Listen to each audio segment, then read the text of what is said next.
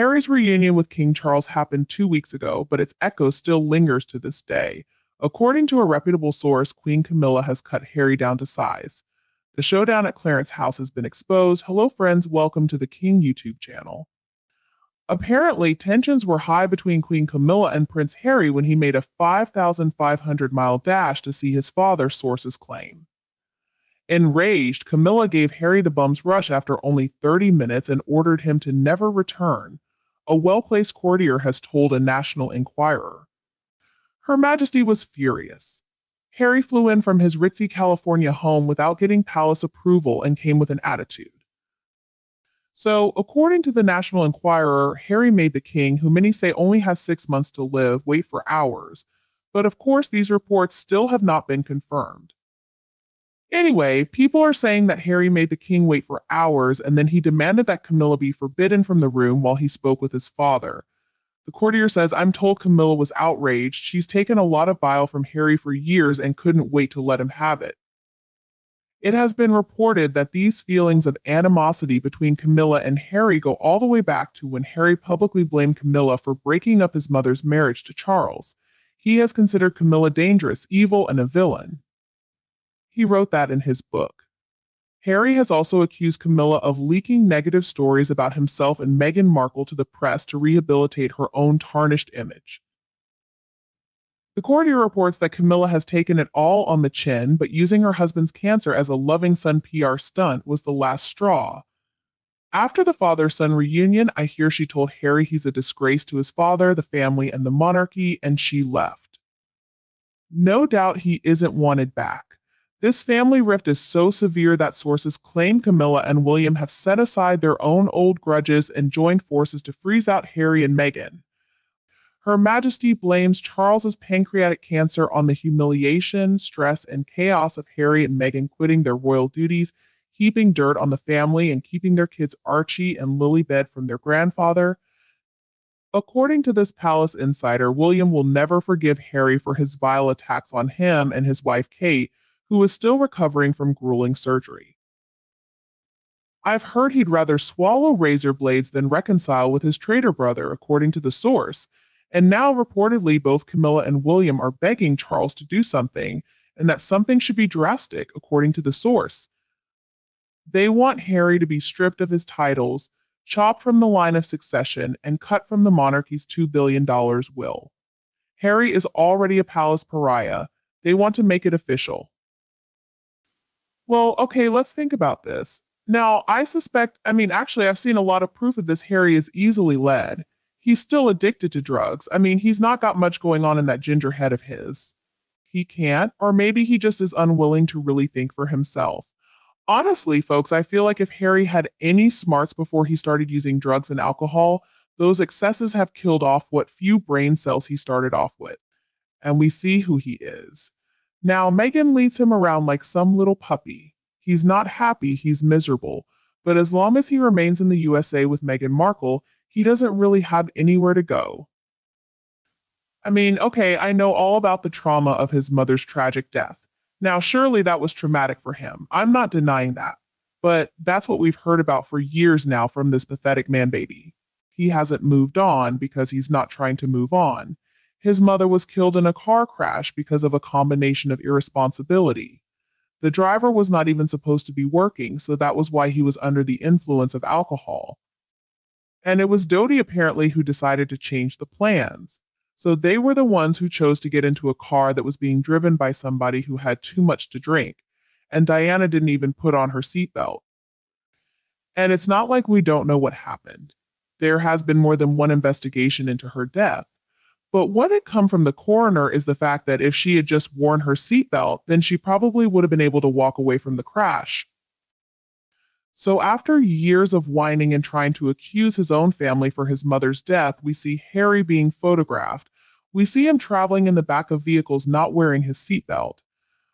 So clearly Harry didn't learn a thing from his mother's tragic death, or else he would be a little more careful with his own safety. I don't know who out there would condone the behavior we have seen from Prince Harry.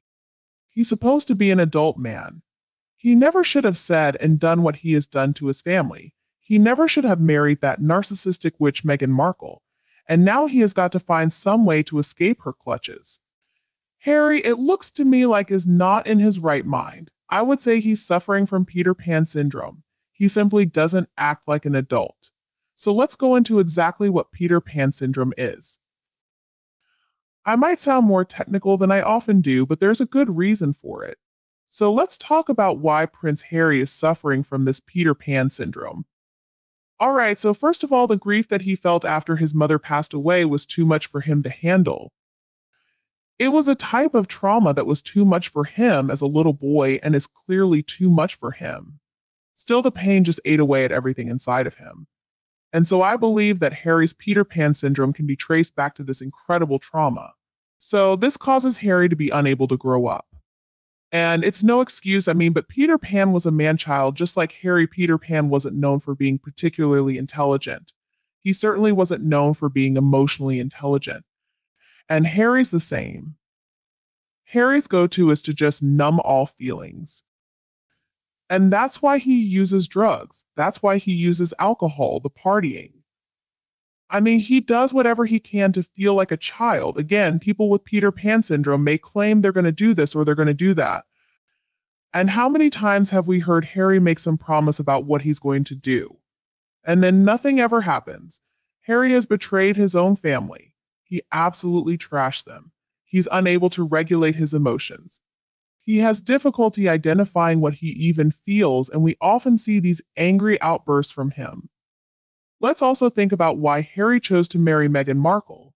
Well, Meghan Markle portrayed herself as his new mother as the replacement. Meghan is the wolf in sheep's clothing. Meghan knew what she was doing. So basically, she reads in these stories of Peter Pan, she taps into that Peter Pan syndrome. It's a sick, disturbing relationship, but when we view it in the context of Harry having this Peter Pan syndrome, it makes a lot more sense if you ask me. Harry certainly does have Peter Pan syndrome, just like in the children's book. And it's really Meghan's little bedtime story that she reads to him every single night. Harry has never needed to grow up. He's never had to deal with the realities of everyday life like the rest of us do. He's always been protected, he's always been sheltered, and he's always been allowed to basically do whatever he wanted to do, never have to face any consequences. Harry has never had to prove himself worthy of anything.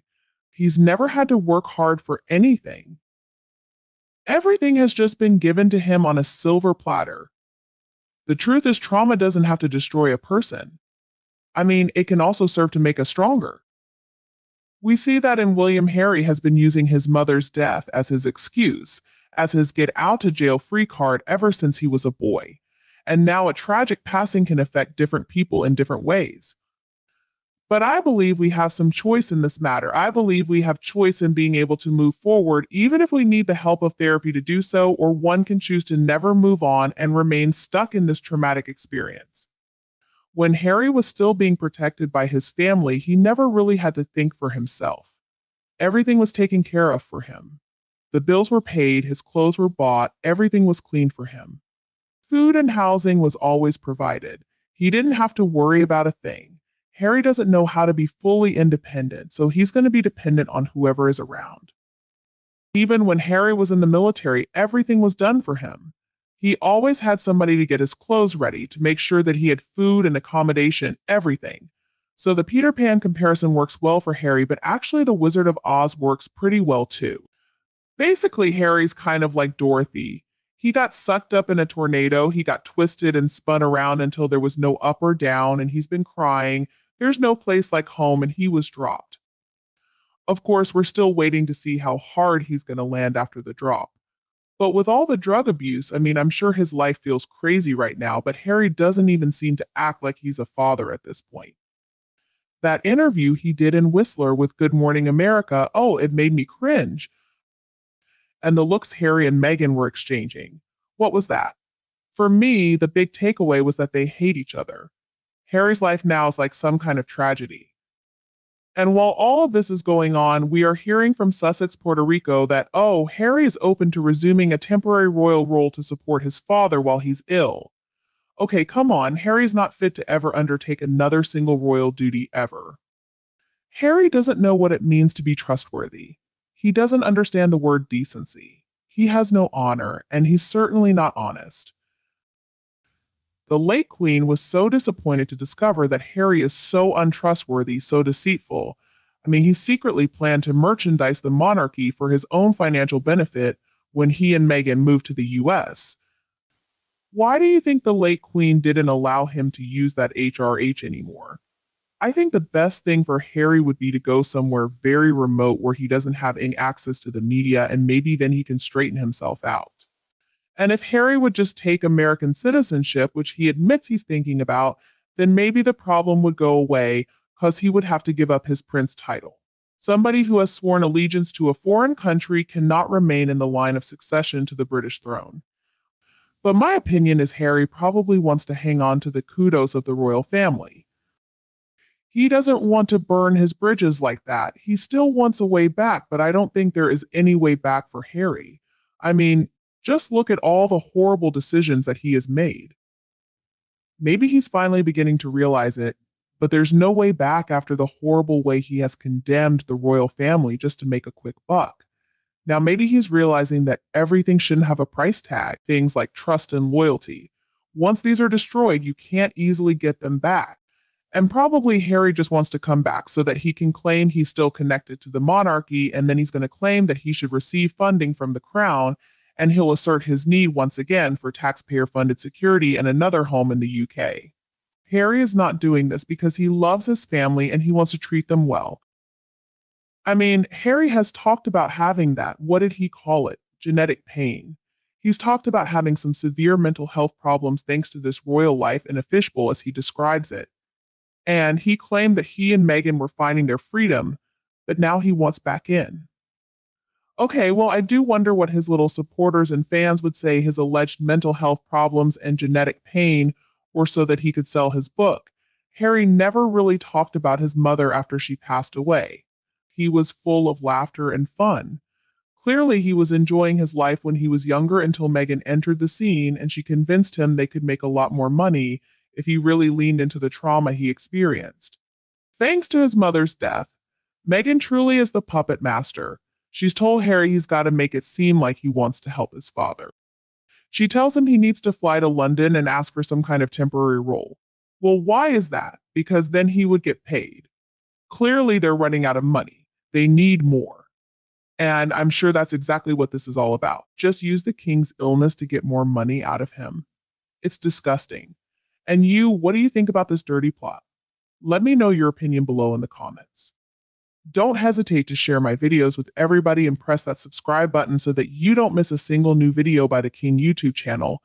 Don't forget to press the like button because YouTube's algorithm does love videos with many likes. Once again, thank you so much and have a lovely day.